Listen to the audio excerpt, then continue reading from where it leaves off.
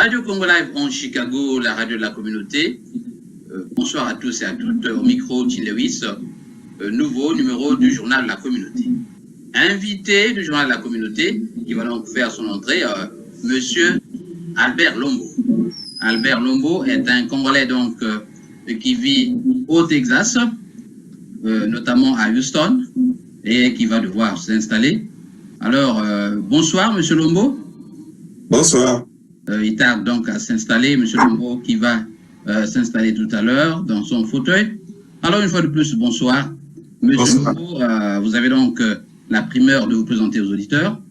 Vous savez que vous êtes passé une fois sur cette radio, mais n'empêche. Alors, un mot sur vous-même. Merci beaucoup. Je suis M. Albert Lombo. J'ai été jeté sur la voie de l'exil du pouvoir actuel de Brazzaville et par le programme du HCR, je me suis retrouvé ici aux États-Unis, notamment dans l'État du Texas. Et oui, M. Lombo,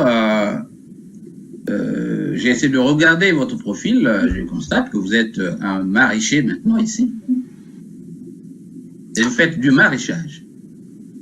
Bien sûr. Je suis rentré presque avec toute ma famille. Je suis père de 6 enfants.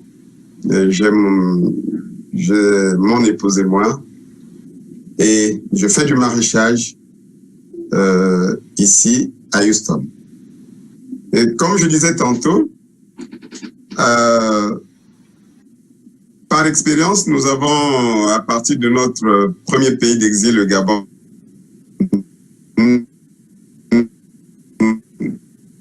notamment le HCR et ses organismes de terrain, on nous avait appris de se prendre en charge et c'était dans le biais de l'agriculture. Et l'agriculture, nous en avons fait notre terrain de prédilection.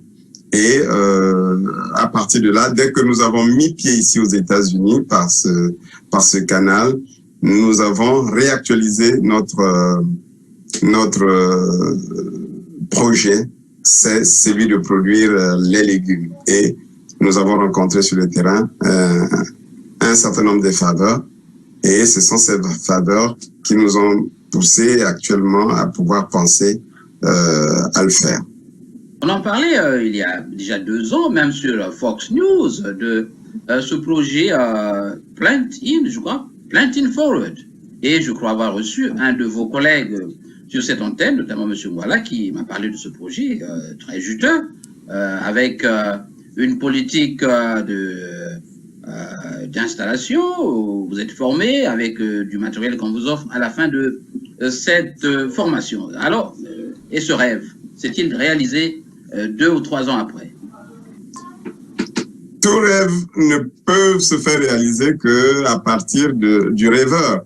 Effectivement, personnellement, je suis arrivé dans la ville d'Abilene et que dans la ville d'Abilene, j'ai réactualisé ce projet que je menais de manière officieuse et vraiment par un concours de circonstances.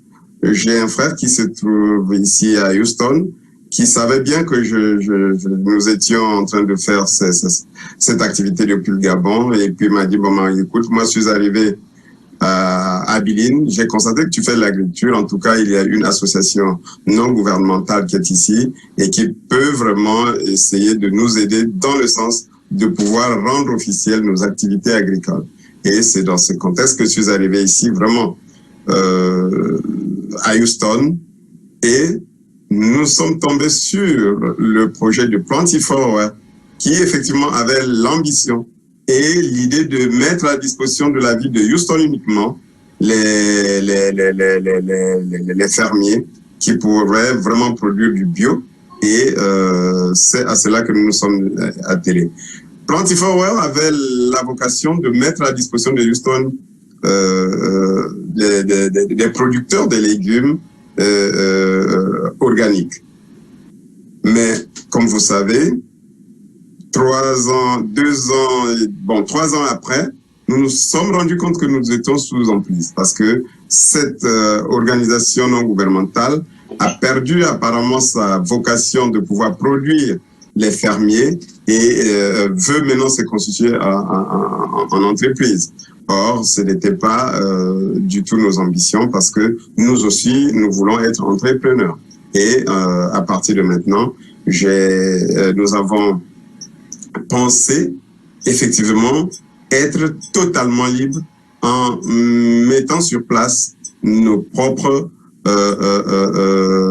structures agricoles qui pourraient nous permettre vraiment de se prendre en charge et de s'intégrer qualitativement. Est-ce que vous avez les moyens de réaliser tout ça? Pratiquement, non. Nous avons, au premier moment, il faut dire que nos moyens premiers sont notre abnégation et notre intelligence.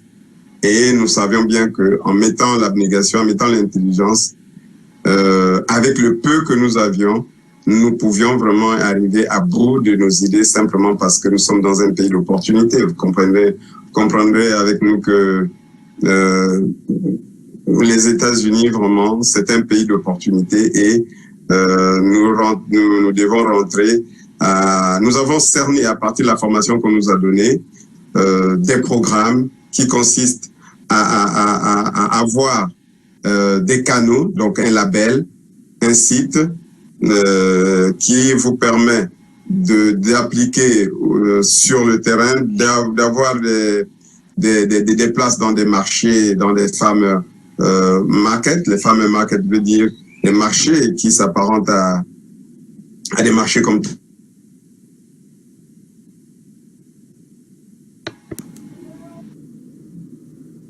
Radio Congo Live en Chicago, je rappelle donc à tous ceux qui viennent de prendre l'écoute que nous recevons à ce micro du journal de la communauté, Monsieur Albert Lombo. Albert Lombo est un Congolais qui vit au Texas et qui nous parle de son activité, notamment le maraîchage au Texas. C'est à vous, Monsieur Lombo. Merci une fois de plus, mais vous savez, la technique a ses caprices et les caprices aussi. Les hommes, ce sont les hommes qui commandent la technique à un certain moment. Je crois que avec le concours de tout ce que nous avons comme aptitude, ça pourra marcher. Bien, donc je parlais tantôt des marchés qui s'apparentent aux marchés qui sont les nôtres au Congo-Brazzaville, qui s'apparentent à des marchés Total. Donc, quand nous avons eu ce programme, nous avons de ce côté effectivement des marchés, des farm markets. Des farm markets, ce qui nous permet de vendre un certain nombre de produits maraîchers. Mais vous savez que nous avons un programme au niveau de ces ventes. Si je parle des ventes, ça veut dire qu'il y a une vente à l'étalage, il y a une vente dans les stores, il y a une vente dans les restaurants. Et la vente la plus bonne, c'est le CSC. Le CSC, c'est un programme établi qui se passe dans toutes les agricultures urbaines, qui consiste à ce que la communauté supporte l'agriculture. C'est-à-dire que les membres de la CSC payent en avance leurs produits.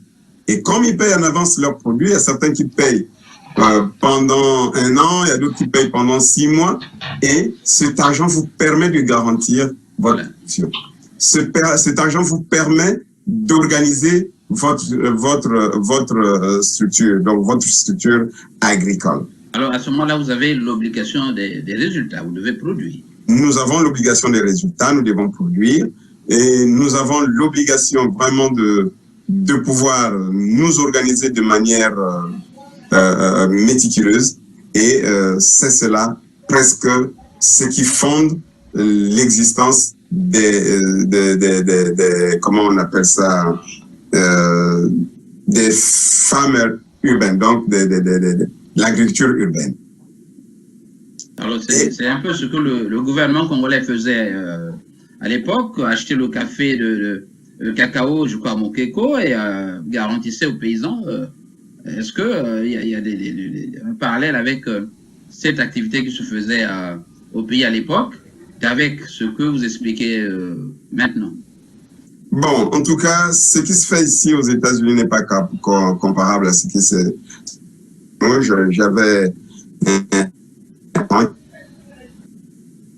Cette activité, c'est d'abord lui qui a permis à ce que nous soyons inspirés en agriculture. C'est vraiment le jour et la nuit, parce que ici, ce programme n'est pas comparable à celui du gouvernement congolais à l'époque, bien qu'il était vraiment été un bon programme. Mais ici, c'est sur d'autres données.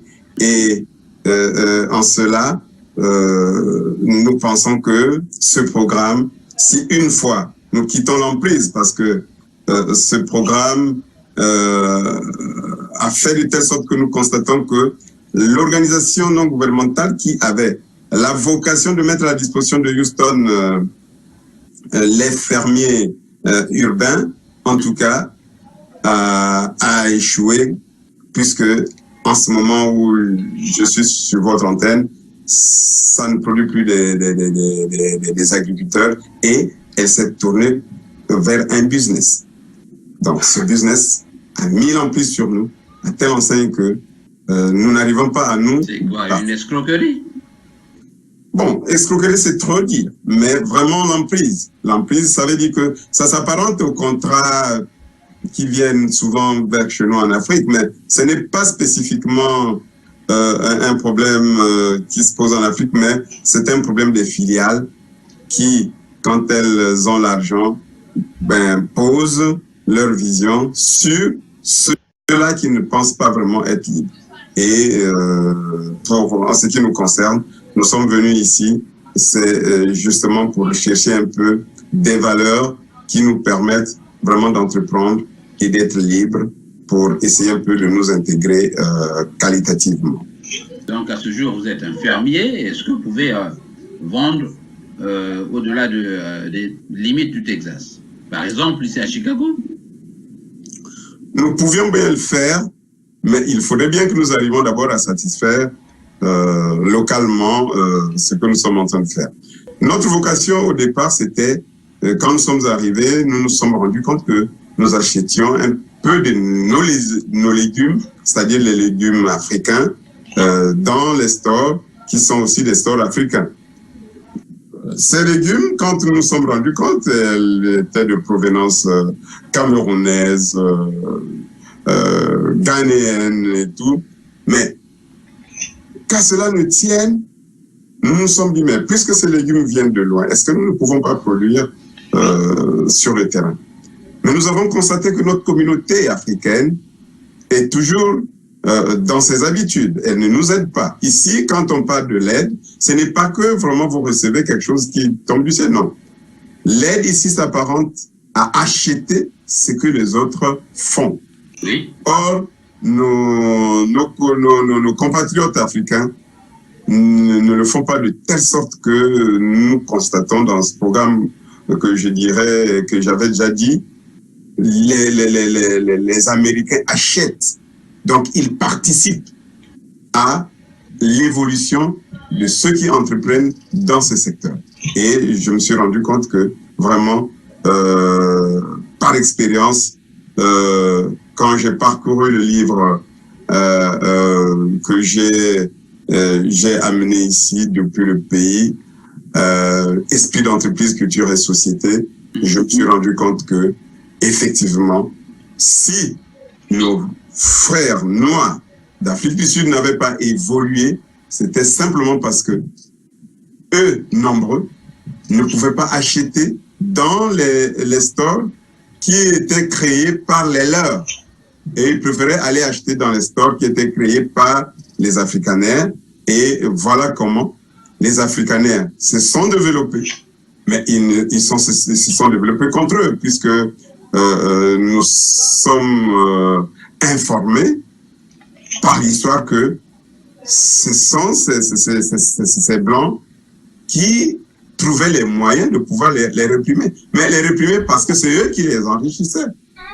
Pourquoi eux, ils ne pouvaient pas vraiment acheter chez leurs frères? Et c'est ce qui se passe ici. C'est ce qui se passe ici aux États-Unis. Nous n'avons pas l'aide de nos frères, de nos compatriotes africains. En tout cas, quand ils arrivent, c'est peut-être pour discuter, quelque chose pour nous comparer au store, alors que nous produisons déjà ces prix sont des mais c'est un exploit, vous faites pousser du baril dans un pays tempéré, une culture tropicale comme non pas le baril, l'oseille. Incroyable. Que ce soit le baril, que ce soit l'oseille, je vous assure que ça pousse énormément ici. Et c'est quoi, une activité indoor ou vous le faites normalement à ciel ouvert, voulais-je dire? Oui, nous le faisons à ciel ouvert simplement parce que nous n'avons pas encore de moyens, mais je crois que quand on aura de moyens, on pourra le faire sous serre. Et je vous assure qu'au Texas, la terre est tellement fertile que je n'ai jamais vu un bois de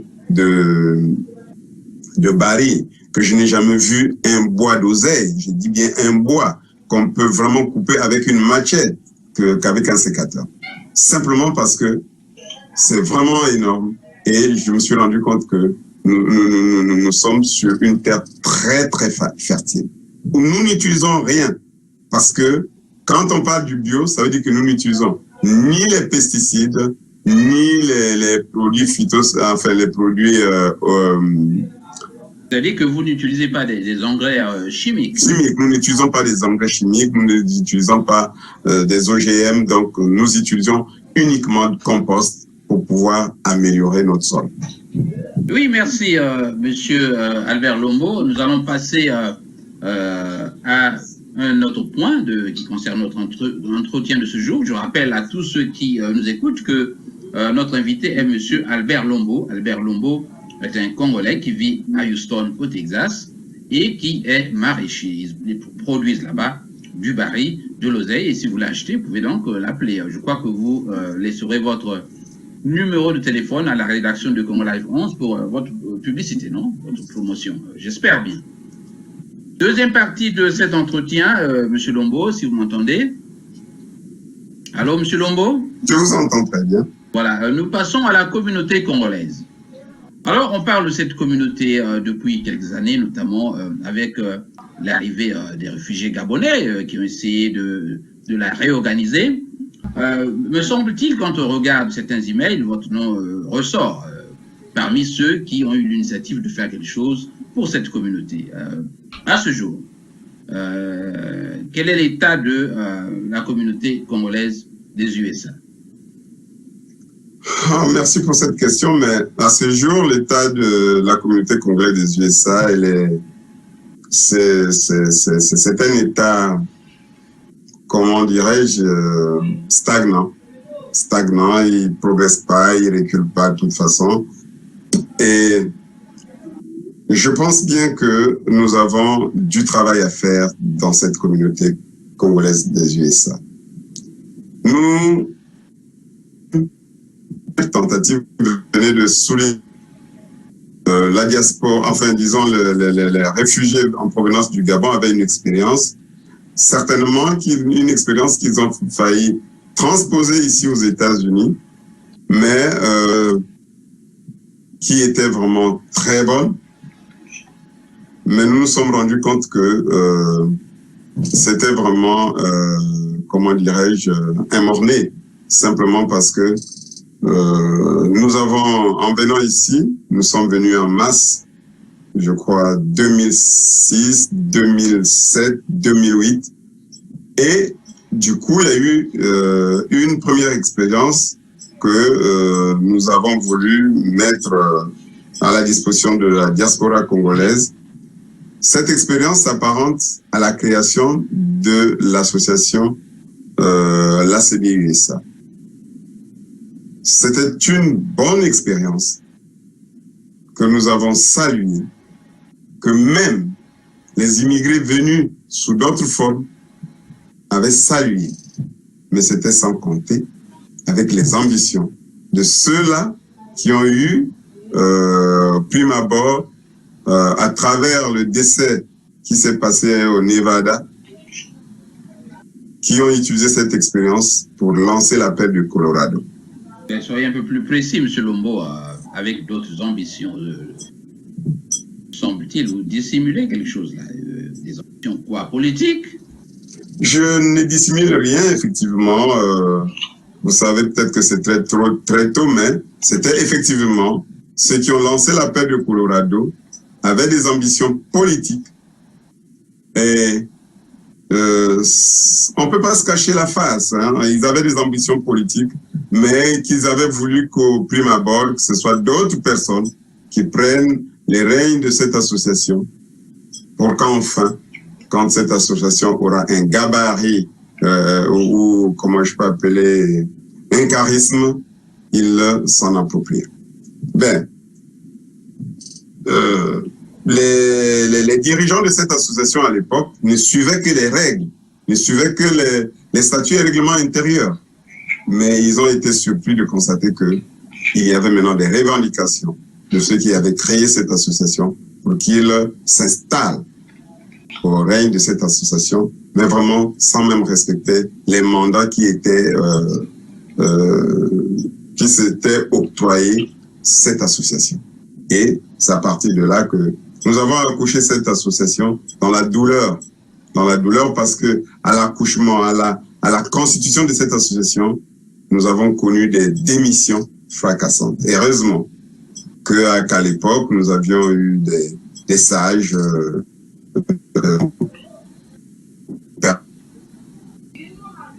nous essayons un peu de progresser à partir de l'Assemblée générale, dont votre humble serviteur Albert Lombo a eu le privilège d'abriter au Texas, notamment dans la ville de Austin. Et c'était vraiment très douloureux.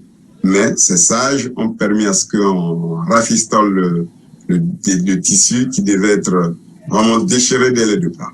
Alors, nous n'allons pas nous éterniser sur ce passé de cet ACB-USA. Aujourd'hui, beaucoup de voix de sons de cloche sont entendues. L'autre jour, j'ai entendu monsieur, comment on l'appelle, Flavier Serge Moussaoudji, qui sortait d'une assemblée générale et qui lançait un appel au dialogue pour que la communauté congolaise mette en place une plateforme devant permettre de résoudre le problème, et ils l'ont appelé problématique des décès. Cela veut dire que l'émiettement actuel des associations au niveau de la communauté congolaise des États-Unis ne permet pas, souvent, excusez-moi, de mobiliser les ressources nécessaires pour diligenter le rapatriement des corps. Alors, à votre niveau, je ne sais pas, excusez-moi, je ne sais pas si vous êtes vous-même un membre de la CCCB, ou encore vous ne l'êtes pas, mais me semble-t-il, la CCCB, donc la communauté communautaire des Congolais de Brazzaville, qui à ce jour essaie de faire des efforts pour le rapatriement des corps de nos compatriotes, rencontre des difficultés puisqu'il a dans certains États des résistances, des organisations existantes déjà et qui ne veulent pas d'une espèce de subordination. Alors cette CCCB sera-t-elle un chapeau, superstructure? Alors comment voyez-vous l'issue donc de cette crise entre ceux qui déjà existaient et cette CCCB qui, me semble-t-il, a du mal à s'imposer? C'est la conséquence de la dislocation de l'ACD-USA. Si d'emblée, si TCC revient pour chercher à ce que nous nous retrouvions, à ce que nous mettons une plateforme, ce serait une bonne chose. En tout cas, ils rencontreront en certains d'entre nous un assentiment qui pourra permettre à ce qu'on s'asseye. Mais le problème, c'est d'abord de pouvoir essayer un peu de, comment dirais-je, de se résoudre, de rendre compte à soi-même d'abord, de rendre compte à l'association, de rendre compte aux membres de la communauté. C'est ce qui est important parce que nous avons au Congo-Brazzaville une crise de confiance. Nous avons au Congo-Brazzaville l'habitude de ne pas rendre compte des activités que nous attribuons. Nous voulons parler au nom du Congo ou au nom des peuples ou au nom des populations sans les populations. Simplement parce qu'on a tout fait de s'autoproclamer. Non. Moi, je pense bien que le problème est très, très fondamental. Ce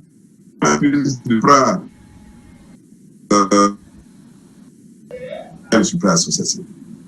Le monsieur qui est là, le président Moya, c'est quelqu'un qui a des qualités de pouvoir rassembler, de pouvoir unir, de pouvoir vraiment demain faire de telle sorte que, avec le secrétaire général qui est Vindou, qui a toutes les données de toute la communauté congolaise aux États-Unis, de pouvoir regrouper les gens, de pouvoir permettre à ce que les gens cotisent pour ce qui est aujourd'hui le fameux projet de la communauté congolaise de Brazzaville, c'est-à-dire enterrer les cadavres. Mais moi, je pense bien qu'il faut aller au-delà. Absolument. De l'enterrement de cadavres. En amont. En amont. Pourquoi? Parce que enterrer les cadavres, ce n'est pas un projet rassembleur. Nous devons aller à pouvoir créer une association qui aura ses propres moyens pour préfinancer les maladies, l'enterrement des cadavres, enfin, l'expatriation des cadavres et même, s'il faut le dire, aider ceux qui peuvent entreprendre dans le sens des projets. Et c'est cela qui pourra faire de telle sorte que si quelqu'un arrive dans la communauté congolaise de Brazzaville des États-Unis avec un discours rassembleur, avec un projet rassembleur, et je pense bien qu'il trouvera l'assentiment, même si il fait partie des gens qui aujourd'hui ont été discriminés. Les gens dont vous faites allusion, parce que nous avons, pour ne pas vraiment être un hypocrite, ceux qui ont créé la paix de Colorado, c'est mon cadet Serge Moussaoui, c'est Achille Ngoma, c'est Morima, et ils ont saisi tout le monde, et tout le monde était partant. S'il n'y avait pas leur revendication, je pense bien qu'aujourd'hui, on serait loin. Parce que la démarche de pouvoir inclure un certain nombre des choses, notamment comment faire pour que l'association soit elle-même productrice des moyens qui pouvaient faire de telle sorte qu'on enterre nos cadavres, que nous aidons ceux qui ont des projets, que nous aidons ceux qui sont malades, devait sortir en cette association. Pour ne pas dire dans cette association. Oui, M. Lombo. Est-ce que vous m'entendez, M. Lombo? Je vous entends très bien. Voilà. Donc, nous parlons de la communauté congolaise et de ses difficultés. Revenons sur les méthodes de la CCCB. La CCB est en train de convaincre la communauté congolaise, c'est vrai, mais il y a encore des problèmes que nous avons abordés l'autre jour avec M. Vindou. Vous avez le problème des finances. Cette CCB n'a pas de compte bancaire encore. Comme on le dit ici, I will give you my money and you put in your own checking account. Ça ne rassure pas. Alors, je vous remets de l'argent. Où va cet argent? Il faut bien que ce problème soit réglé pour rassurer. Vous savez, nous avons un problème. Vraiment, nous, Congolais de Brazzaville uniquement, je vais parler en tant que Congolais de Brazzaville, nous avons un problème. Ce problème reste et demeure la crise de confiance. Tu sais, vous savez bien que pour avoir un compte bancaire, il faut le signifier. Est-ce que c'est un compte bancaire de business? Est-ce que c'est un compte bancaire d'une association? Il faut que cette association soit enregistrée. Il faut que l'on connaisse les activités de cette association. Si c'est une association à caractère social, il faut bien que l'on contrôle les entrées et les sorties de cette association. Donc vous comprenez que il y a, je crois bien, monsieur Gildas Bilou, qui utilise son compte pour des actions de ce genre. Mais ces actions-là sont déterminées. Parce que ces gens-là, Vindou prend tout ce temps à archiver un certain nombre de mandats, à archiver un certain nombre de manières pour rendre compte à qui reçoit de l'argent. Alors, c'est donc... Est-ce que ça peut créer une crise de confiance? Je ne suis pas sûr. Pour ne pas vous couper, M. Lombo, c'est donc la mauvaise foi des gens qui les pousse à croire qu'une fois l'argent... Parce que moi, j'ai dû contribuer aussi, hein, mais je sais que mon argent est arrivé à bon port. Et donc, vous pensez que c'est plutôt la mauvaise foi ou le manque de volonté de contribuer qui pousse les gens à utiliser ce genre de subterfuge? Non, le mot est déjà dit par vous, c'est la mauvaise foi. Et c'est la crise de confiance que nous avons entre nos compatriotes du Congo-Brazzaville. Et oui, donc, Monsieur Albert Lombo, qui est du Texas, qui est l'invité du journal de la communauté de Jean Lewis. Si vous n'avez pas un aspect qui vous tient à cœur sur la communauté congolaise, eh bien, nous allons passer à la dernière partie de notre entretien qui concerne le volet politique. Merci, merci beaucoup pour cette question. Je voudrais dire, en ce qui concerne la communauté congolaise de Brazzaville, j'aimerais que cette communauté essaie un peu de faire la politique participative. C'est de débusquer un certain nombre de compatriotes qui sont capables de pouvoir vraiment mettre en exergue leurs valeurs afin d'unir de rassembler les Congolais de Brazzaville autour des projets fondateurs, des valeurs qui sont les nôtres, et de regarder comment, avec les riverains des États-Unis, nous pouvons transférer notre technologie en ce qui concerne notre pays. Voilà ce que je peux dire, mais ce serait aussi valable peut-être pour le mot de conclusion. Merci. Oui, je crois que votre appel sera entendu, M. Lombo, et donc nous terminons par le volet politique, notamment la politique congolaise. Nous ne reviendrons plus sur les souvenirs de triste mémoire avec le décès de certains Congolais il y a quelques mois. Mais à ce jour, nous constatons que cette crise a du mal justement à se résorber dans la mesure où, du côté de l'opposition, d'abord du pouvoir, la nouvelle constitution a été adoptée et ce pouvoir s'arc-boute sur sa position, donc sur les acquis, notamment adoption de la constitution et promulgation par le président de la République. Donc, de l'autre, vous avez les membres de l'opposition, eux qui continuent de revendiquer justement l'ancienne constitution, donc celle de 2002. Alors, comment régler une crise si aiguë, de votre avis? Je soupire à ces questions simplement parce que, à mon âge, j'ai du mal à pouvoir parler de la politique du Congo. Et je ne sais pas si exactement il se passe de la politique au Congo, simplement parce que je suis une victime de cette politique. Dieu merci que je me retrouve ici. Mais ce qui se passe au Congo, à vrai dire, n'est pas de la politique en tant que telle. C'est de la politique politicienne. Et c'est ce qu'on appelle la démocrature.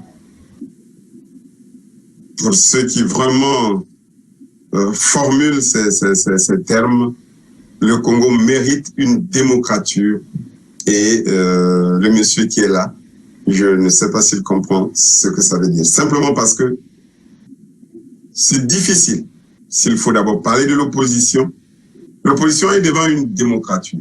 Mais ce n'est pas uniquement une démocrature, parce que je vais, moi, ajouter qu'au-delà de la démocrature, qui signifie une démocratie habillée de la dictature, mais c'est une démocrature habillée du treillis, donc des habits militaires. Mais ça ne s'arrête pas là. Ça va au-delà de cela parce que cette démocrature a des moyens de pouvoir corrompre même les organismes internationaux. Vous comprenez que c'est tellement dur que je ne sais pas si l'opposition comprend cela. Et vous comprenez vraiment l'émotion avec laquelle j'aborde ce problème, parce que venant ici, en Occident, ma première préoccupation, c'était de voir, mais comment un homme comme Pascal Lissouba n'a pas pu diriger le Congo? Et quand vous interrogez les moyens par lesquels nous communiquons aujourd'hui, quand vous écoutez les éléments sonores venant même de l'Europe, des États-Unis, vous vous rendez compte que Lissouba avait les mains liées. Et qu'aujourd'hui, avec la dépravation de mœurs, par la volonté même de ceux qui ont mis en place la France-Afrique, ça veut dire que l'opposition est en train de faire simplement l'essentiel. Enfin, je ne peux même pas appeler ça l'essentiel, quoi. Bon, une existence apparente. Sinon, elle est consciente qu'elle ne peut rien devant le valet des firmes internationales. L'opposition congolaise ne peut rien faire parce que le PCT et Sassou Nguesso sont des valets des firmes internationales. Ça s'est installé dès lors de notre indépendance. Aujourd'hui, nous sommes ahuris. Nous constatons que même notre élite congolaise, pour ne pas dire africaine, soutient ces gens-là. Bien sûr, pour leur survie. Bien sûr, pour avoir de l'argent. Est-ce que ça valait la peine? Est-ce que ça valait la peine? Non. Je pense bien que sur ce point, si vous avez une émission spécifique, je ne me départirai pas, je pourrais aborder un certain nombre des choses dans ce sens pour avoir essayé un peu de surfer partout et de comprendre exactement est-ce qu'au Congo, il se passe de la politique. Un détail, M. Lombo, je ne vous laisse pas partir comme ça. Vous parlez de victimes. En quoi vous définissez-vous comme une victime de la politique congolaise? Facile. Victime parce que je suis congolais. Parce que je suis mis... c'est trop général, c'est vague. C'est vague, mais je suis congolais, ce n'est pas vague. Le problème, c'est que je suis une victime de la barbarie de Brazzaville. Avez-vous été un homme politique au pays? Non, je n'ai pas été un homme politique au pays, mais j'ai servi quand même dans les arènes de la politique. Et pour ne pas moi, je sais que il faut dire que les hommes forts aujourd'hui de Brazzaville sont à la recherche des vaincus. Parce qu'il y a des vaincus qui ne parlent pas. Il y a des vaincus de 1997 qui ne parlent pas. Qui connaissent bien tout cela que nous voyons. Mais cela n'est pas l'objet de notre débat aujourd'hui. Si vous voulez cette émission, vous pouvez la programmer. Je vous dis que j'ai été... Monsieur Lombo, nous n'aurons pas le temps d'une autre émission. Est-ce que vous pouvez esquisser quelques solutions? Vous n'allez pas quand même jeter et l'opposition, et le gouvernement, et les Congolais en pâture? Puisque vous-même, vous êtes aux États-Unis. Alors, vous pensez qu'il faut oublier tous ces gens-là? Non. Je compatis avec les Congolais. Mais je dis aux Congolais, la majorité des Congolais qui ont été, comment je peux dire, qui se sont vus démanteler par le manque du système de l'enseignement, leurs mœurs même, leurs valeurs intrinsèques, je compatis avec eux. Je sais que c'est vraiment plus fort qu'eux. Et à l'opposition congolaise, je dis qu'elle manque d'imagination simplement parce que elles ne peuvent pas de manière conditionnée exister sans qu'elles imaginent un certain nombre de moyens pour combattre un gouvernement, un système qu'ils connaissent mieux puisqu'ils sont issus de ce système.